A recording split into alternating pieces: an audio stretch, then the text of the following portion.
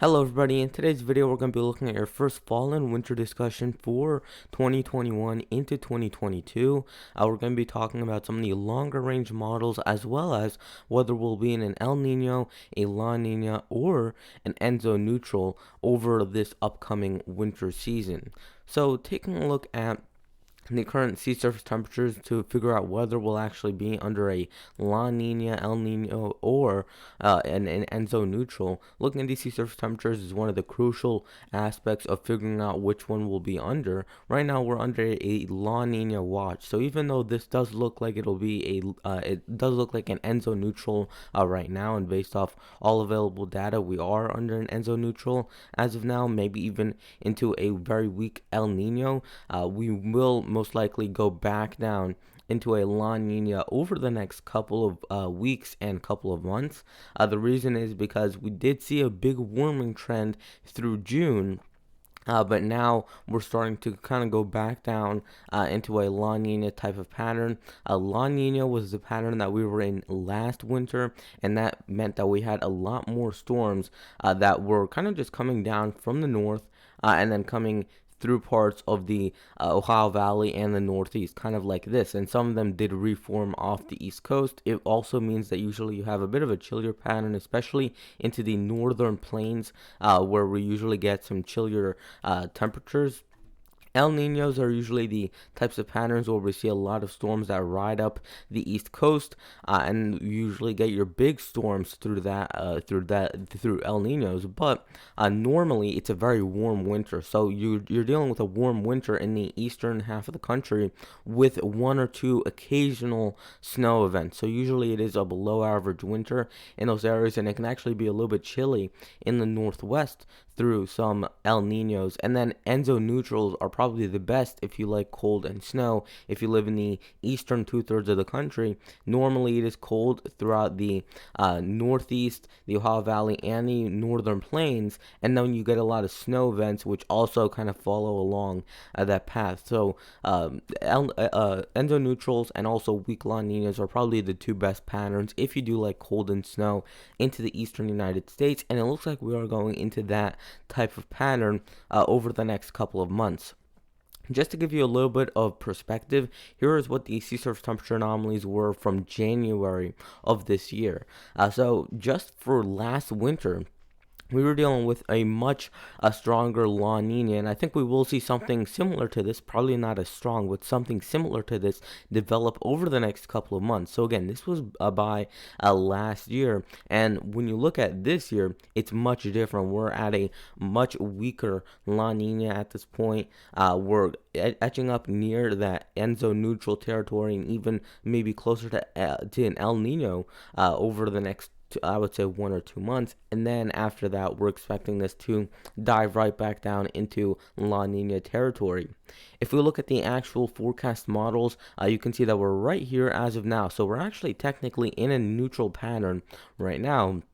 It's expected to stay there, and then the fall and winter time frame, which is in that black box right there, that's when we start to dip down into La Nina territory, or at least a very a cold Enzo neutral, so a weak Enzo neutral in these areas, and that's when we're starting to get down into La Nina territory. If you look at when that would happen, it would be between November, December, January, and then also December, January, and February. So probably that early to middle part of the winter, and then we might see this go back up to Enzo neutral right around February, March timeframe. So that's the Climate Prediction Center and IRI models on what could happen this winter.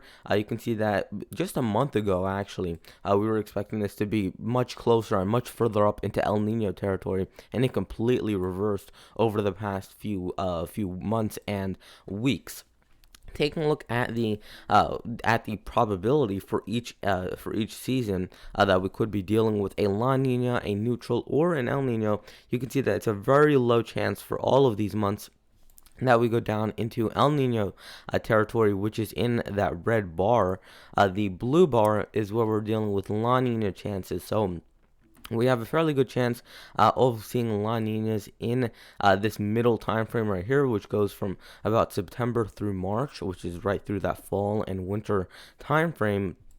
So we are definitely heavily expecting a La Nina by this point, but we also can't rule out that we see an Enzo neutral, which is also possible. It's right in between about 25 to 45% chance of that occurring. So definitely we could see an Enzo neutral pattern just nearing a very weak La Nina. That is definitely a possibility with this type of setup. If you look at the chances, the percent chances per 3 month period that we see each of these, you can see El Nino is just right there between 1 and 4%. So very low chance that through any of these months that we actually see an El Nino. But when you're looking at that winter time frame, which we'll just do the fall and winter time frame, which is basically this bottom half of this chart right here. This is where you're starting to see that La Nina and neutral are definitely on the rise. Later on in the winter, you can see how La Nina and the Enzo neutral are kind of basically just even, where we're dealing with about a 49% chance of neutral and a 47% chance of La Nina through February, March, and April. But you look at it through the heart of the winter, I would say, which would be that November, December, January, and that December, January, February, much favoring the La Nina actually developing. And of course, an Enzo neutral is definitely possible. It looks like it's either going to be a very weak La Nina or either closer to a La Nina on the Enzo neutral side of things. If we look at just from last month, so this was last month's outlook, and you can see how different this is. They were heavily favoring this was made June, I believe, 18th. And by the way, one of the reasons I waited until today to make the video about the winter discussion was because every month they issue their update on the climate and what is happening over the next, I would say, 1 year in terms of whether we'll be in a La Nina, an El Nino, or a neutral. So I checked their page, and their next update was going to be on July 8th. So of course I was just going to do it the next day after that, so I would have time to actually process all the data that they just put out for the past month. So that's one of the reasons that I kind of held back. I didn't make these videos in June or earlier in July.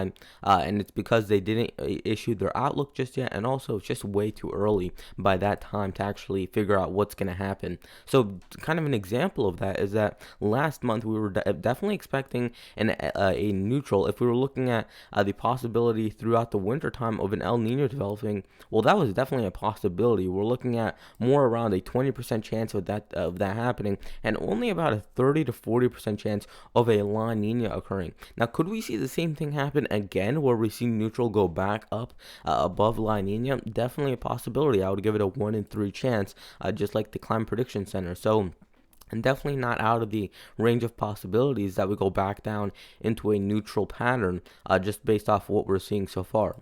This is an interesting graph that the Climate Prediction Center put out this month for the Enzo pattern. They're showing the first year of every La Nina since 1950, and we're definitely in one of the first years.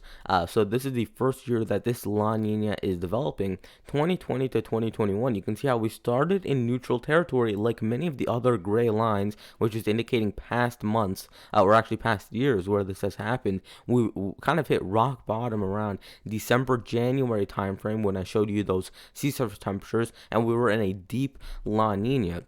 And then we went back up into more of that neutral territory, and then you can see how most of these years we go back down into a weak La Nina or a Enzo neutral, but on the chillier side of things. So based off all the climatology that we have, all the past data that we have, it is very likely that we'll either be in a neutral or a weak La Nina. Moderate La Nina looks quite unlikely at this point, but I definitely still would not rule that out as of this point, just because crazier things have happened in the Enzo pattern this year. So again, we're expecting this to probably dive back down around that around the October, November, December timeframe, and then after that through January, February, March. That's when it should be at the bottom of the scale, where we'll probably be in either a weak or moderate La Nina. Then it should go back up to neutral, and then maybe we even go back into an El Nino pattern next year. We still have no idea on what's going to happen after this winter season in terms of the Enzo. Taking a look at some of the climate models, we're going to take a look at the CFS model for starters. I'm not going to look at the actual temperature anomalies because I don't find them too useful. They change very, very often. And usually the CFS model has a warm bias anyway. So don't even pay attention to the colors on screen because, again, these aren't going to be too useful. I want you guys to pay attention more to these black lines on the screen, which is indicating the upper air setup. So we're dealing with, by this point, upper air setup where we're dealing with the winds coming out of the west, moving somewhat like this. So we have a little bit of a trough in through the northern plains, the Great Lakes, and the Northeast, and this would be by November.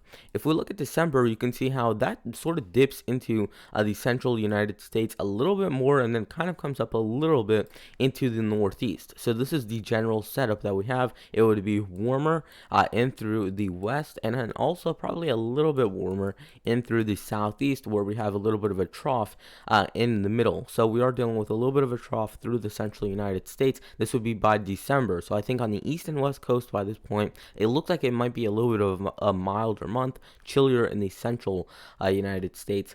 If we look at for January, this is when I think January, February timeframe, the Northeast, the Great Lakes could really get in on some of the colder action. If we look at the flow in the upper atmosphere, we're dealing with a little bit of a chillier dip in the jet stream into these areas. So it looks like in that area we could definitely be seeing a little bit of a colder outlook for January. And then if we look at for February, only gets even colder in these areas. So that gets all pushed further to the south. You can see the 540, which is the mean 32-degree temperature in the atmosphere.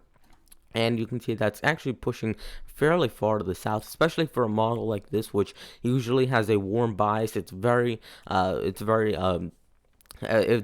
uncommon for this model to actually put out any colder numbers. It's usually all on the warmer side, so you have to look at some of these upper air maps like this to actually figure out what actually could happen. Last year, by the way, this was showing a very warm winter for the last winter that we just had, and that was back in the summertime of last year, where it was showing very, very warm conditions, and it was expecting pretty much no snow over the winter. And of course, we saw how that actually ended up happening. So I wouldn't take this model with too much certainty. I like looking at the upper air maps a lot more because it gives me a lot more certainty on what may actually happen, and it's a much better tool to figure out what is actually going to happen.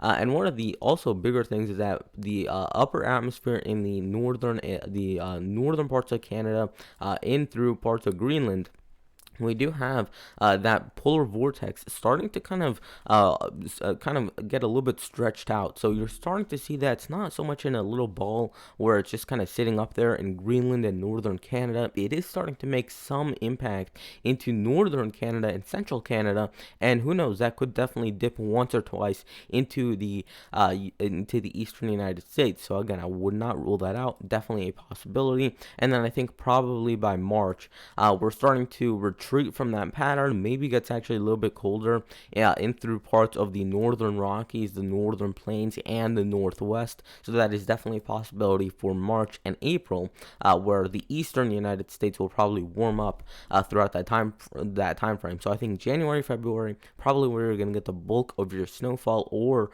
your colder temperatures throughout this winter season. And if you're wondering about the precipitation in terms of rainfall and snowfall, let's just look at the 3 winter months from December through February.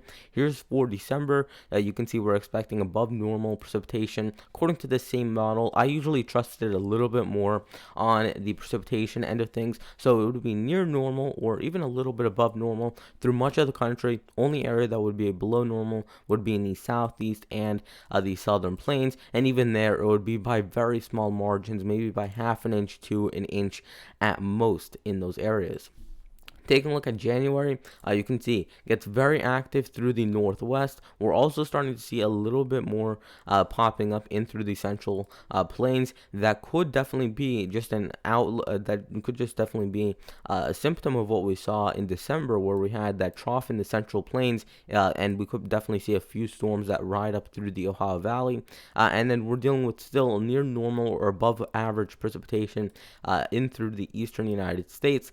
So that's generally generally the pattern for January. And then February, if you live along the mid-Atlantic or the Northeast, watch out for February. I think that could definitely be the month that you guys get your snowfall, or at least you get your close chances with snowfall, because look at where these storms are originating in the prime spots in the Tennessee Valley. That's where you want them to originate if you live in that area. And then you can see, kind of just following that track, here's the area with the highest precipitation. So take it right to the south of that coastal area, and that's typically how we get our big nor'easters and big snowstorms. So again, I would not count out the entire winter season if by December we still don't have a big 6+ inch event in many of these areas in parts of the Great Lakes, the Ohio Valley, and the Northeast, because we know how that plays out. Last year, we were looking at many of these areas dealing with record-breaking low amounts of snowfall through January, and then we go to February and we see some of these areas along the coast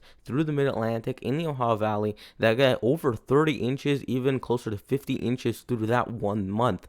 And that's not areas that are in the higher terrain. That's areas that are actually just about 100 miles or so inland of the coast, or even closer to there. So it's not just going to be in December or January where you're going to get your snowfall. I think probably February is going to be your big month to get all that snowfall, and it's probably going to come within just a couple short weeks. So whenever that 3-week span happens where it's cold and you get that snow, that's going to be the time that you're going to have most of your snowstorms. The rest of the winter might actually be maybe mild or even dry in those areas. So that's my general thoughts for the fall and winter. I'll probably have another one of these out in another 2 to 4 weeks. And my winter forecast, my first one, will be coming out in the first or second week of August by this point. That's when we're going to have a ton more information on what is actually expected to happen for this winter season and this fall season. I'll also probably have a fall forecast out in the first couple of weeks of August, as well as we get much closer to that to the fall and winter season, and as we get much more information. So that is going to wrap it up for today's video. Please consider liking the video, subscribing, and turning on notifications, and I'll see you guys in the next one. Goodbye.